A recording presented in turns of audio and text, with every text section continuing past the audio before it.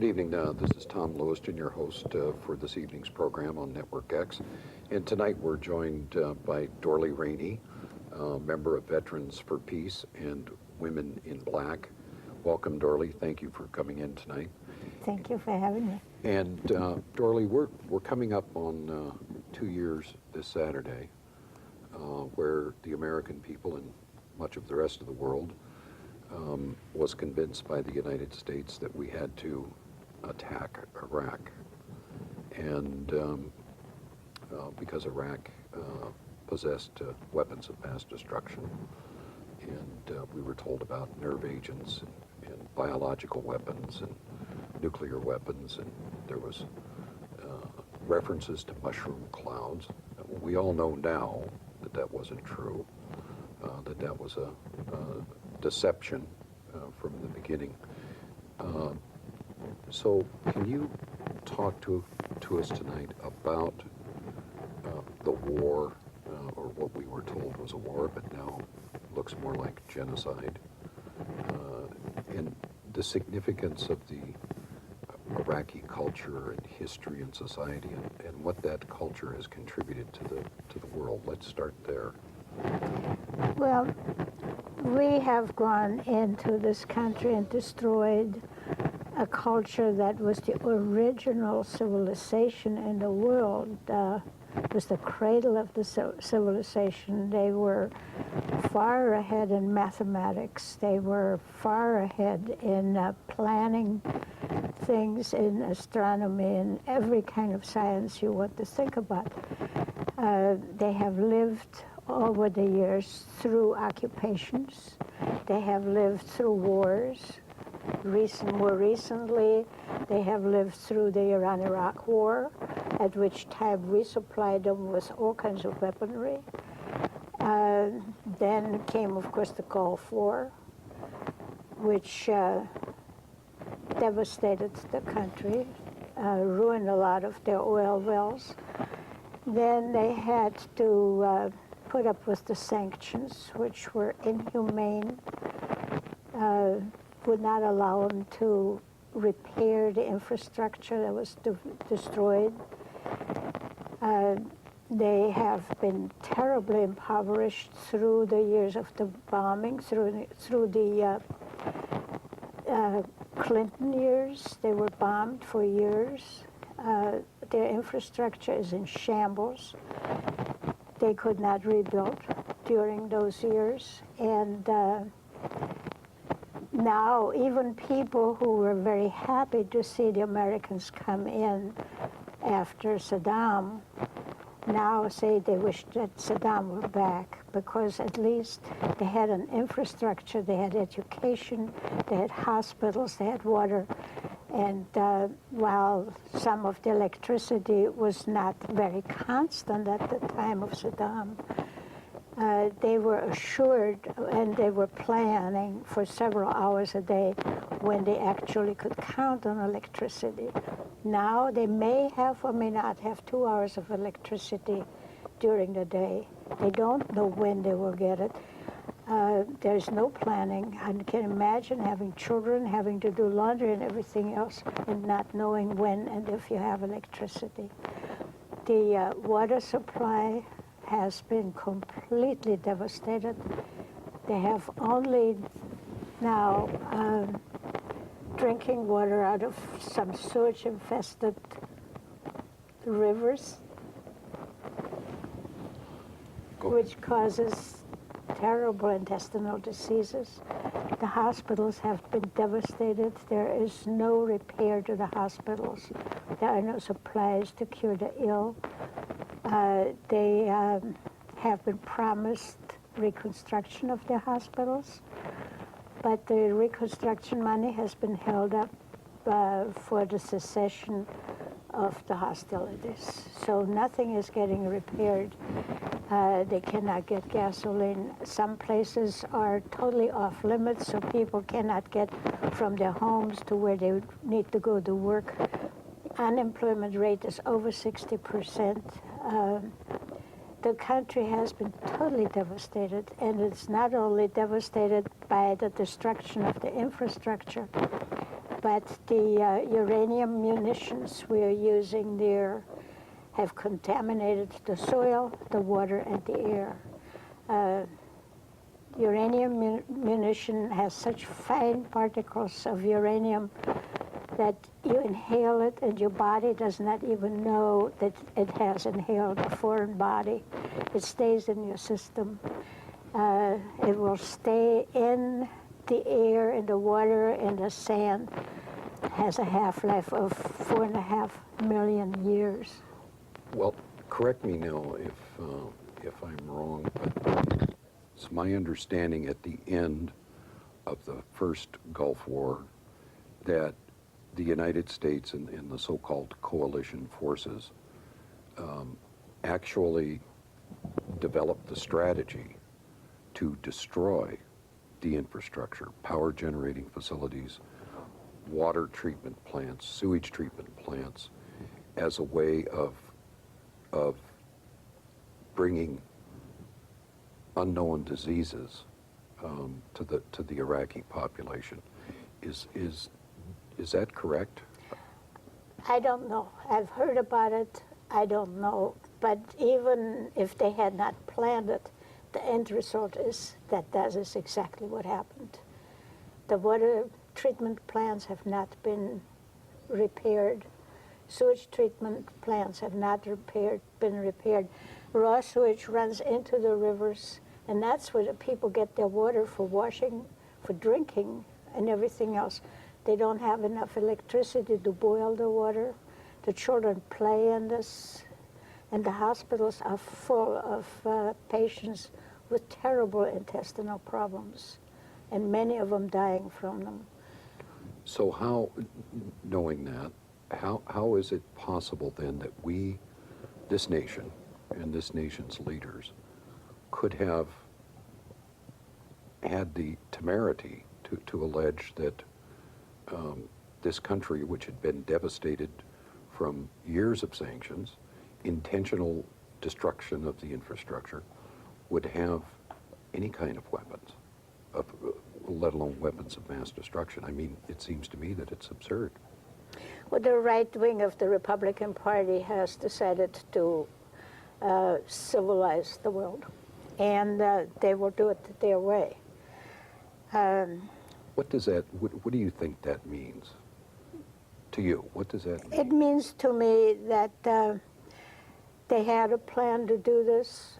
They had a plan to deceive not only our country but our allies into believing that there were weapons of mass destruction. They definitely planned on making Iraq and Saddam a evil country so that the Americans could understand that going to war was the only option.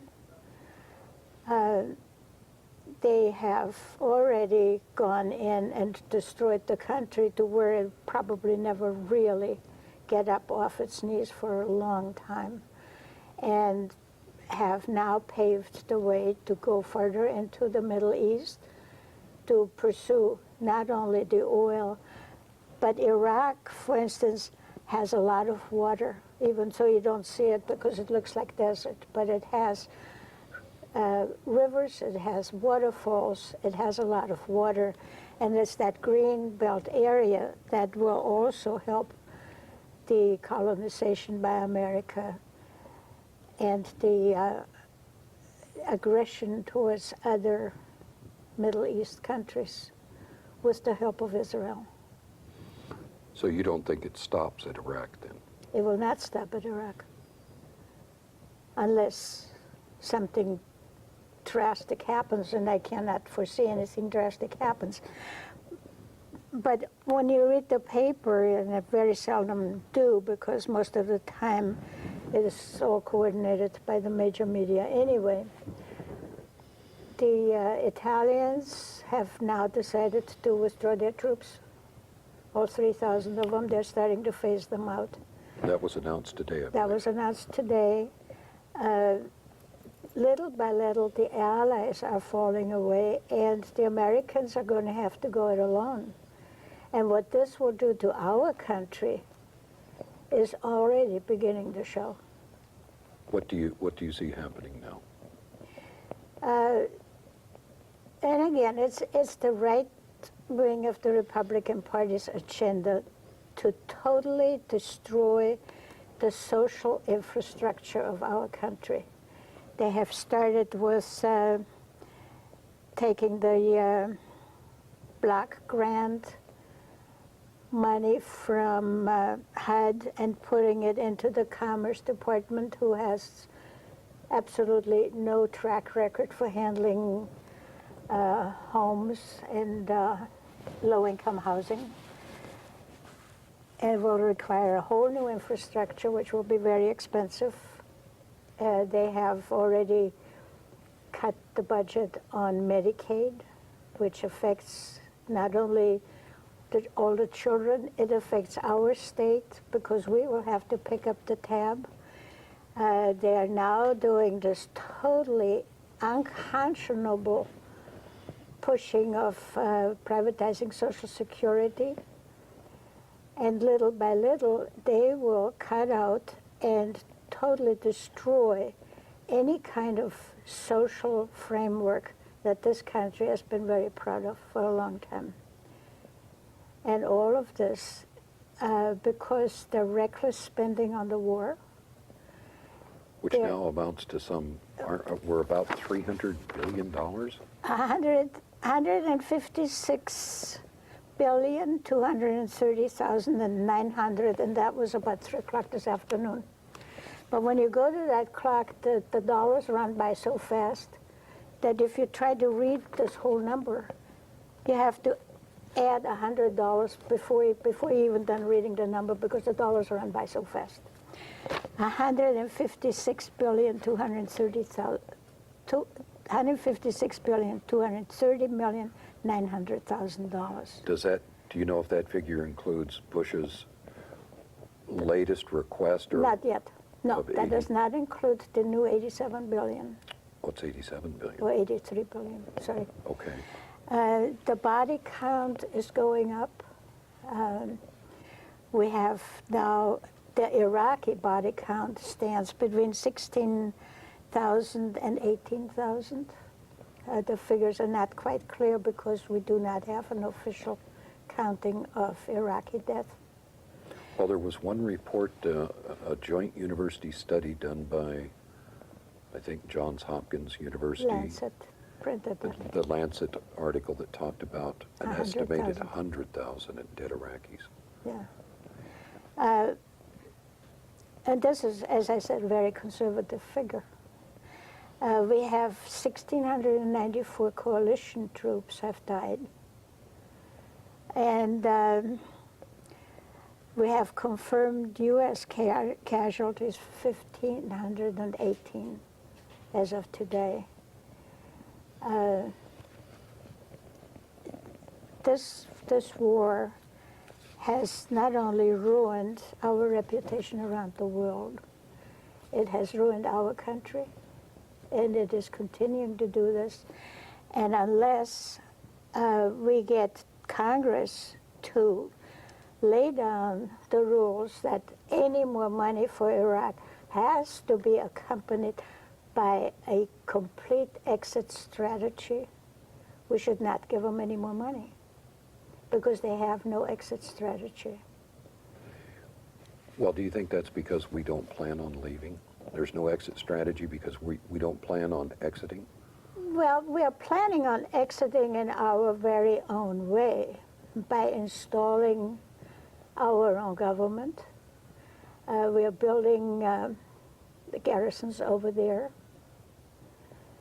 And we definitely want to reduce the troops that we have there, but we want to do it in our own way, which the international community is not going to go along with it. And we're going to, again, have to do it alone, which is expensive, and which ruins our reputation, and which not bring democracy to Iraq. Well, I really question whether we're even interested in bringing democracy to Iraq, rather than just another puppet government that will follow orders from Washington. Yeah.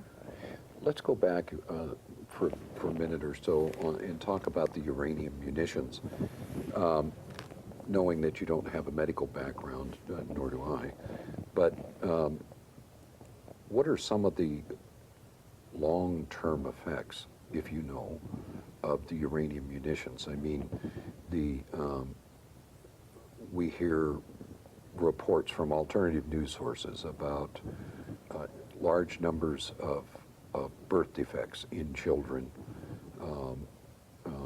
both in the U.S. from members of the military who have served in Iraq, but more so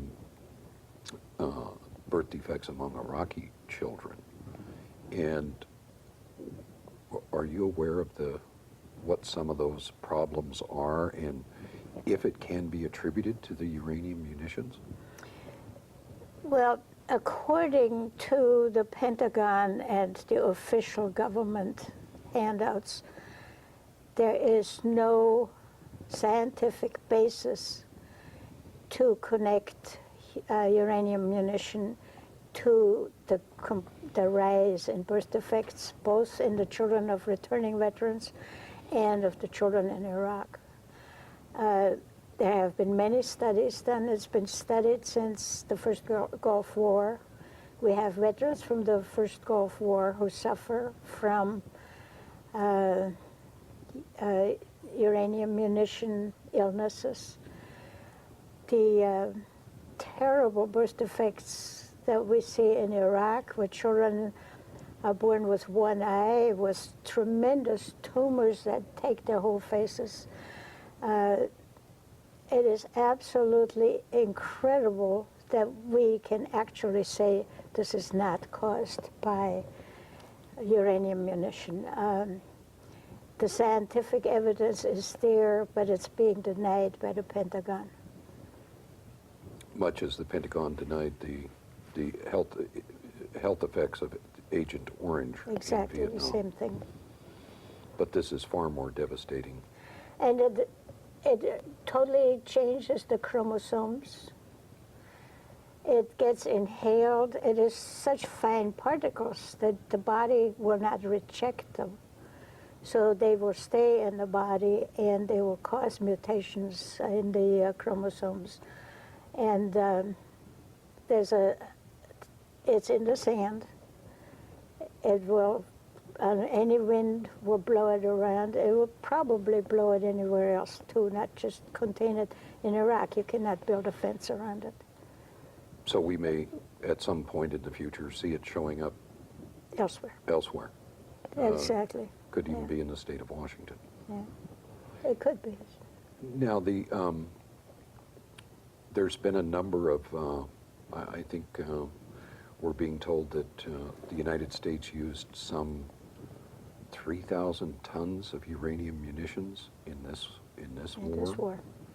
And as opposed to something under 1,000 tons in the first Gulf War. And to the best of your knowledge, has there been any attempt to clean this up or to contain it in any way? Well, Major Rocky was sent to clean up some of these big hulks tanks that were left over after the first Gulf War. And it was finally decided that it cannot be done, so they were just abandoned there. It would be too costly. You'd have to wrap these things, and I don't know how you dispose of something that's so highly radioactive. And children play on these things. Children pick up shrapnel and play with it. They pick up shell casings and play with them. And the contamination will be forever. The half-life of 4.5 million years is a long time to keep this terrible scourge in the country, in the world.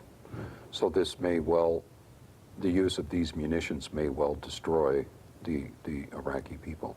Will destroy more than the Iraqis. It will destroy some of our soldiers. It eventually will bleed out of there. It's just like Mount St. Helens. When it explodes, it doesn't stay right there. It goes to Yakima and other places. This fine dust can easily travel hundreds, thousands of miles. Around the globe, possibly. Around the globe. The first eruption of Mount St. Helens did go around the globe. So who knows how far this can travel. Do you know, are you aware of any efforts by the United States to track this stuff to see where else it's showing up? If they do track it, they're certainly not talking about it. I'm sure that they must be tracking this. It would be very irresponsible not to, but I have not heard of any effort to do so. So we're not being informed, of course. We're not being informed, which is why we don't always believe what our government tells us. Let's talk for a minute now. We're coming up, the 2-year anniversary of the attack on Iraq is Saturday, March 19th.